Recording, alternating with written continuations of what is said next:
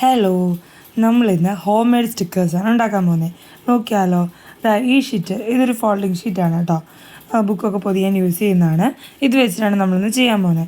അതിലെ സ്റ്റാർസിനൊക്കെ നമ്മളിങ്ങനെ കട്ട് ചെയ്തെടുത്തു. ഇനി ഇതിലൊരു സിമ്പിൾ പരിപാടിയും കൂടെ ചെയ്താൽ നമ്മൾ സ്റ്റിക്കർ റെഡി. വളരെ സിമ്പിളാട്ടോ, എളുപ്പത്തിൽ ചെയ്തെടുക്കാം. അതിന് ഞാൻ നാനോ ടേപ്പ് അല്ലെങ്കിൽ ഡബിൾ സൈഡ് ടേപ്പ് ആയാലും മതി. അതെടുത്തിട്ട് ചെറിയ പീസസ് ആയിട്ട് കട്ട് ചെയ്തിട്ട് ഇതിൻ്റെ ബാക്കിൽ ഒട്ടിച്ചു കൊടുക്കുക. എന്നിട്ട് ആ പശയൊന്ന് എടുത്ത് മാറ്റിയിട്ട് നമ്മുടെ ആവശ്യത്തിന് നമ്മൾ ജേർണൽസിലോ അതെന്തെങ്കിലും ഡെക്കറേറ്റീവ്സിലോ ഒക്കെ ഒട്ടിച്ചെടുക്കാം കേട്ടോ. ഇങ്ങനെ പല രീതിയിൽ നമുക്ക് ചെയ്തെടുക്കാം. ഈ സ്റ്റാർസ് മാത്രമല്ല, എങ്ങനത്തെ വേണമെങ്കിലും നമുക്ക് ഇൻ കേസ് നമുക്കൊരു പേപ്പറിൽ ഒരു വൈറ്റ് പേപ്പറിൽ വരച്ചിട്ട് കളർ ചെയ്ത് കട്ട് ചെയ്താൽ നമുക്ക് സ്റ്റിക്കേഴ്സ് ഉണ്ടാക്കാൻ പറ്റും. അപ്പോൾ നിങ്ങൾ ഇതുപോലുള്ള സിമ്പിൾ ട്രിക്കുകൾ ട്രൈ ചെയ്യുക.